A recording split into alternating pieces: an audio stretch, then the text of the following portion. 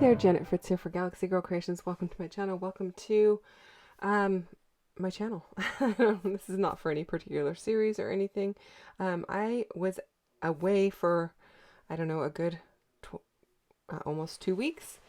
I mean, I wasn't necessarily away. I was away for part of that time, but I was here for part of that time. And I have just not had a lot of time for creating and getting these videos up. So, I am going to try to do my best to get some up this week. And yeah, so here we go. I am doing a birthday layout here. As you can see, I have cut the words birthday, or the word birthday, in extra large letters. And I did this on a friend's Cricut machine at the retreat that I was at. And then I am taking some of the white stencil butter from the Crafter's Workshop and putting it through a Tim Holtz stencil. And then I am using some of the Lindy's Magicals in, I think it's called Have a Scone Heather or Grab a Scone Heather or something like that. And I really like it. I'm gonna show you the label on it in just a moment here on screen, but a little tiny bit of pigment goes a very long ways. In fact, it doesn't even hardly look like you're putting anything on the paper, and when you spray it, it all blooms, and it's really beautiful. Now you can mix these up like on a media mat or glass mat or something like that, and they will become the color that is on the label or fairly close to that, but you're not going to get all those added little colors and blooms. I apologize. Coda is, I don't know. She's talking over there to herself. Trying to get my attention, I suppose. And so anyway, I am just adding it here and there as I see fit, and then just tapping my wet paintbrush over it to make those blooms bloom, trying not to mix too much because the paper that I am using is just the Daisy White from Close to My Heart, which I still have a bunch of. And so I don't want to rub on it too much and have it pill.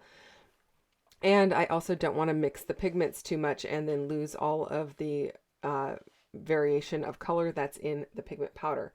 So I'm just tapping the watery brush right over it, and then moving some of the pigment around by tapping my brush into other spaces. And I really like the way that it's looking. Now I do have quite a few birthday layouts that I worked on while I was away. I actually was teaching a class as well, so I wasn't as productive as I usually am, but I did get 3 birthday layouts done, and they all look very different. So you'll probably see those over the next week or so, maybe 2. But this is the first one, and it's going to be very purple. So Have a Scone Heather was the name of that color, and I know I'm showing that super fast. So I've got my birthday tacked down in the middle, and then I'm just going to go through with my Nuvo Deluxe adhesive and make sure it is glued down everywhere. They are a little ripply because the paper got wet with all of the mixed media that I did, and so I'm just making sure they are making good contact and putting my acrylic blocks on top so that it holds them in place while the glue sets up. Now I've got a ton of little tiny photos.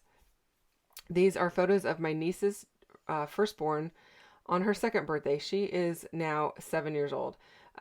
So these are older photos, but my mom had given me these to scrapbook a while back, and I never got them done, and so I am doing them. The other 2 layouts are also of this little girl and her 2nd birthday, but at 2 different houses, one at her aunt's house and one at her other grandma's house. So she had multiple birthday parties. Her birthday is in December. This does not look very December, and that was intentional. None of them look very December. Her birthday's actually the same day as my husband's, 1 week before Christmas. And I did not want to bring in anything that was remotely related to Christmas. Now, I don't keep a lot of birthday ephemera. I don't know why. It's not something that I guess it's not my favorite thing to document.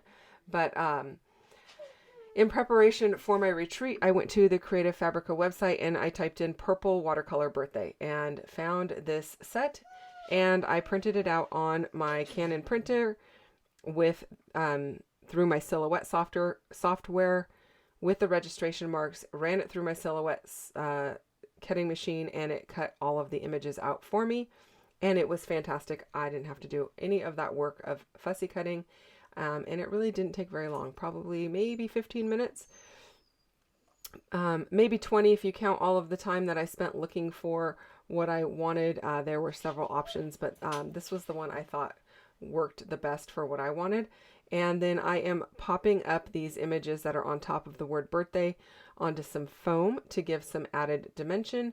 And I really like that there were some florals included, so I am using the florals to kind of soften up everything, and